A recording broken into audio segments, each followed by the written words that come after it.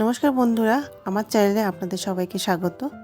আজকে দেখাবো Hyderabadi chicken recipe. প্রথমে একটা মিক্সিং জারে নিয়ে নেব 10 থেকে 12টা কাজু, 7টা আমন্ড, 1 চামচ হলুদ গুঁড়ো, 1 চামচ লবণ, 10 থেকে 12টা গোটা গোলমরিচ, 6টা এলাচ,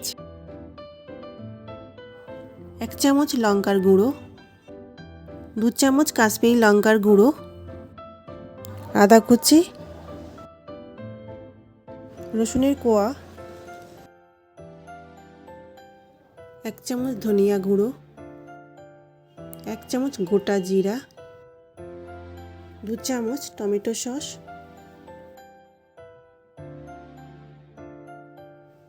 1 চামচ গ্রিন চিলি সস। এবারে রিফাইন্ড অয়েলে একসাথে ভেজে রাখা কাঁচা লঙ্কা, পেঁয়াজ ও টমেটো দিয়ে ব্লেন্ড করে নেব। ব্লেন্ড হয়ে গেলে একটা প্লেটে চিকেনগুলোকে নিয়ে তাতে পেস্টটা ঢেলে দিয়ে ভালো করে ম্যারিনেট করে নিতে হবে।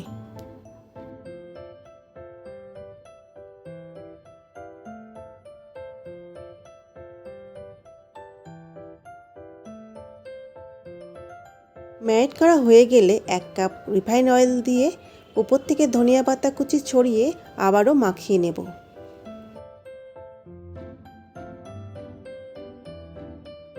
এরপর ম্যারিনেট করা চিকেনগুলো ননস্টিক প্যানে ঢেলে গ্যাসটাকে লো ফ্লেমে রেখে ঢাকা দিয়ে দেব।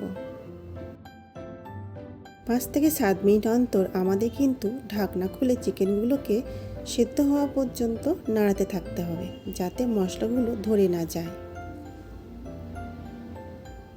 এবারে শুধু 1 চামচ চিকেন মশলা ও গরম মশলার গুঁড়ো ছড়িয়ে দিলেই তৈরি হয়ে যাবে হায়দ্রাবাদি চিকেন।